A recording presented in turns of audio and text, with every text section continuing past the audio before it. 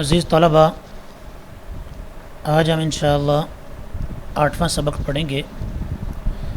اس 8ویں سبق سے انشاءاللہ سورۃ البقرہ کے متن کی ابتدا ہو جائے گی۔ متن پڑھیں گے ہم اور اس کے ساتھ ساتھ اس کا ترجمہ اور مختصر تفسیر پڑھیں گے۔ مجموعی اعتبار سے یہ اسلامیات کا 8واں سبق ہے اور ترجمہ تفسیر یا یوں سمجھ لیں کہ متن کو سمجھنے کے اعتبار سے یہ پہلا سبق ہے۔ تو انشاءاللہ ہم ترتیب وار ایک ایک آیت کو لے کے چلتے ہیں۔ سب سے پہلے کسی بھی سورت کی شروع میں بسم اللہ الرحمن الرحیم لکھا ہوتا ہے۔ اس کا معنی ہے بسم، ساتھ نام کے، اللہ کے، بسم اللہ ساتھ نام اللہ کے، یعنی اللہ کے نام کے ساتھ کیا شروع کرتا ہوں۔ الرحمن جو سب پر مہربان ہے، الرحیم بہت مہربان ہے۔ بامحاورہ ترجمہ اس کا یوں کریں گے، شروع اللہ کے نام سے جو سب پر مہربان ہے، بہت مہربان ہے۔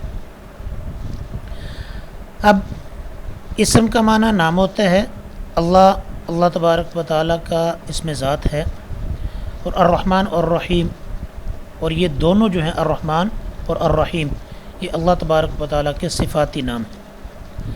الرحمن اس ذات کو کہتے ہیں جس کی رحمت بہت وسیع ہو، یعنی پھیلی ہوئی ہو، سب کچھ کو اس نے اپنے اندر لے رکھا ہو، یعنی اس رحمت کا فائدہ سب کا پہنچتا ہو۔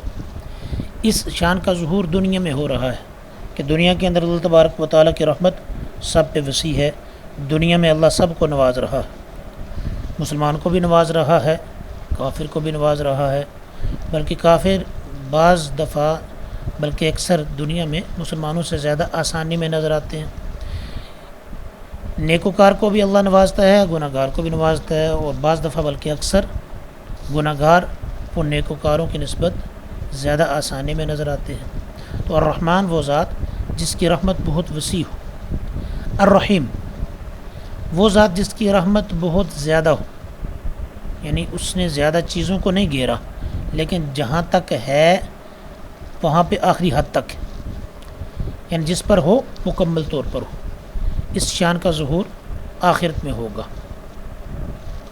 کیسے کہ اللہ تبارک و تعالیٰ کی رحمت جو دنیا میں مومن کافر سب پہ ہے، قیامت کے دن صرف ایمان والوں پہ ہوگی، لیکن دنیا میں مومن کافر دونوں پر ایک حد تک ہے، آخرت میں صرف مومن کے لیے ہوگی اور آخری حد تک ہوگی۔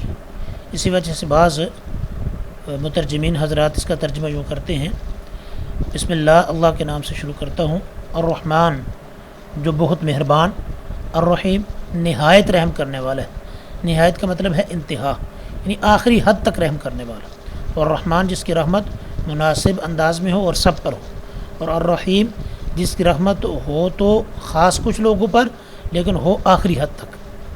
تو یہ الرحمن اور الرحیم دونوں کا الگ الگ معنی یوں ہو گیا۔ اب بسم اللہ الرحمن الرحیم جو ہے، اس کے حوالے سے یہ سمجھ لینا چاہیے کہ اسلام سے پہلے عربوں کا رواج تھا کہ کوئی بھی اہم کام شروع کرتے تو اپنے بتوں کا نام اس کام کے شروع میں لیتے تھے اور اس نام سے برکت حاصل کرتے تھے۔ تو بتوں کے نام سے شروع کرنا یہ عربوں کا رواج تھا، جبکہ اللہ تبارک و تعالیٰ نے اسلام کی جو ابتدا فرمائی، نبی کریم صلی اللہ علیہ وسلم پہ جو دین کا آخری ایڈیشن، مکمل ایڈیشن نبی صلی اللہ علیہ وسلم پر اللہ نے نازل فرمایا، اس آخری ایڈیشن کے نزول کی جو ابتدا ہوئی وہ اقرأ بسم ربک الذی خلق کے الفاظ سے، کہ پڑھیے کس کے ساتھ؟ بسم ربک، اپنے رب کے نام کے ساتھ، الذی خلق جس نے پیدا کیا۔ تو یہ سورۃ العلق کی پہلی آیت ہے، یہ پہلی وحی کی پہلی آیت ہے، یعنی بتوں کے نام سے نہیں پڑھیے بلکہ اپنے پروردگار کے نام سے پڑھیے جس نے سب کو پیدا کیا۔ تو اسلام نے کس چیز کو رواج دیا ہے؟ اللہ تبارک و تعالیٰ کے نام سے شروع کرنے کو۔ امام ابو حنیفہ رحمۃ اللہ علیہ فرماتے ہیں کہ بسم اللہ الرحمن الرحیم یہ صورتوں کے جو شروع میں لکھا ہے یہ ہر صورت کا جز نہیں ہے، بلکہ یہ ایک مستقل آیت ہے، جو صورتوں کے درمیان فصل اور امتیاز کے لیے نازل ہوئی. فصل کا مطلب فاصلہ، امتیاز کا مطلب فرق. یعنی ایک صورت ختم ہوتی ہے، دوسری شروع ہونے سے پہلے بسم اللہ الرحمن الرحیم لکھی جاتی ہے. تو یہ مطلب نہیں ہے کہ یہ ہر صورت کی آیت ہے، بلکہ آیت تو یہ صرف سورۃ النمل کی ہے، لیکن باقی صورتوں کی شروع میں جو لکھی جاتی ہے تو یہ نئی صورت کی ابتدا کرنے کے لیے اور پہلی اور بعد والی صورت کے درمیان فصل اور فرق کرنے کے لیے یہ لکھی جاتی ہے. بسم اللہ کے فضائل بے شمار ہیں، ان میں سے صرف 2 حدیثیں ہم آج کے سبق میں دیکھتے ہیں. ایک حدیث میں ہے کہ رسول اللہ صلی اللہ علیہ وآلہ وسلم نے فرمایا کہ جو کام اللہ تبارک و تعالیٰ کے نام سے یعنی بسم اللہ سے شروع نہ کیا جائے وہ ناتمام اور بے برکت رہتا ہے. کل امر ذی بال لم یبدا فیہ بسم اللہ فهو اقطع و اجزم. ہر اہم کام، ہر جائز اور اہم کام جس کو اللہ کے نام سے شروع نہ کیا جائے وہ اقطع دم کٹا ہوتا ہے، اجزم بے برکتہ ہوتا ہے، نامناسب ہوتا ہے. دوسری حدیث اس کی فضیلت میں حضرت جابر رضی اللہ تعالیٰ عنہ سے روایت ہے کہ یہ آیت بسم اللہ الرحمن الرحیم اتری تو بادل مشرق کی طرف چھٹ گئے، یعنی بادل جو ہے وہ ہٹ گئے، ہوائیں ساکن ہو گئیں، سمندر ٹھہر گیا، جانوروں نے کان لگا لیے، شیطان پر آسمان سے شعلے گرے، اور پروردگار عالم نے اپنے عزت و جلال کی قسم کھا کر فرمایا کہ جس چیز پر میرا نام لیا جائے گا اس میں ضرور برکت ہوگی. تو ہمیں بھی چاہیے کہ جو بھی کام کریں تو اس کو بسم اللہ الرحمن الرحیم سے شروع کیا کریں. بسم اللہ کے بعد سورۃ البقرہ کی پہلی آیت ہے الف لام میم. الف لام میم کا مطلب بھی الف لام میم ہی کیا جاتا ہے. تفصیل اس کی آگے تفسیر میں پڑھتے ہیں. ذالکہ یہ الکتاب ایسی کتاب ہے، لا ریب نہیں کوئی شک، فیہ جس میں، ہدن ہدایت ہے، للمتقین ڈرنے والوں کے لیے. تو اس کا بامحاورہ ترجمہ یوں ہو جائے گا، الف لام میم کا معنی اللہ بہتر جانتا ہے. اگلی آیت کا ترجمہ یوں ہوگا، یہ کتاب ایسی ہے کہ کوئی شک نہیں اس میں، یہ ہدایت ہے ان ڈر رکھنے والوں کے لیے، جو اللہ سے ڈرتے ہیں ان کے لیے ہدایت ہے. اس کی تفصیل انشاءاللہ آگے آ رہی ہے. تو پہلی آیت جو ہے الف لام میم ہے، اس کی ہم کچھ وضاحت پڑھتے ہیں. الف لام میم ان کو حروف مقطعات کہتے ہیں. کیوں؟ اس لیے کہ دیکھیں یہ ویسے سورۃ الفیل جو ہے نا آخری 10 صورتوں میں سے پہلی صورت، اس کے شروع میں بھی یہی 3 لفظ ہیں، حرف ہیں، اسی طرح اسی ترتیب سے اکٹھے ملا کے لکھے ہوئے. لیکن وہاں پہ ہم پڑھتے ہیں علم، یہاں پہ ہم یوں نہیں پڑھتے بلکہ پڑھتے ہیں الف لام میم. یعنی یہاں پہ مل کے لکھے ہونے کے باوجود ہم ملا کے پڑھتے نہیں بلکہ کاٹ کاٹ کے ان کو پڑھتے ہیں. تو کاٹنے کو قطع کرنا کہتے ہیں، کاٹے ہوئے کو مقطع کہتے ہیں. تو یہ حروف جو ہیں یہ جمع ہے، مقطع کی جمع مقطعات. الف لام میم یہ حروف مقطعات ہیں، یعنی کاٹ کاٹ کے پڑھے جانے والے حروف. یہ الف لام میم اور اس کے علاوہ جو دیگر حروف ہیں جیسے حا میم، عین، سین، قاف، کاف، ہا، یا، عین، صاد، یا یاسین، طٰہٰ، اس طرح کی جو حروف ہیں یہ سارے کے سارے حروف مقطعات. ان میں سے صرف الف لام میم جو ہے، الف لام میم کے حروف سے 6 صورتوں کی ابتدا ہوتی، جن میں سے ایک یہی سورۃ البقرہ ہے، دوسری سورہ آل عمران ہے، تیسری سورۃ العنکبوت ہے، چوتھی سورۃ الروم ہے، 5ویں سورہ لقمان ہے، اور چھٹی الف لام میم سجدہ. سجدہ کے نام سے 2 صورتیں ہیں، ایک حامیم سجدہ ہے، ایک الف لام میم سجدہ ہے. الف لام میم سجدہ یہ 21ویں پارے میں ہے اور حامیم سجدہ 24ویں پارے میں. تو یہ 6 صورتوں کی ابتدا الف لام میم کے حروف مقطعات سے ہوتی. ان کے علاوہ جو باقی حروف مقطعات ہیں ان کو اور الف لام میم کو ملا لیں تو کل حروف مقطعات سے مطلقاً حروف مقطعات جو ہیں بغیر تخصیص کیے کہ کون سے حروف مقطعات ہیں، سارے حروف مقطعات جن صورتوں کے شروع میں آتے ہیں ان ساری صورتوں کی تعداد گنی جائے تو وہ کل 29 بنتی. تو 29 صورتوں کے شروع میں حروف مقطعات آئے. حروف مقطعات کا معنی کیا ہوتا ہے یا ان سے کیا مراد ہوتی ہے، اس کے بارے میں مفسرین کے مختلف اقوال ہیں، مختلف مفسرین کی مختلف آراء ہیں.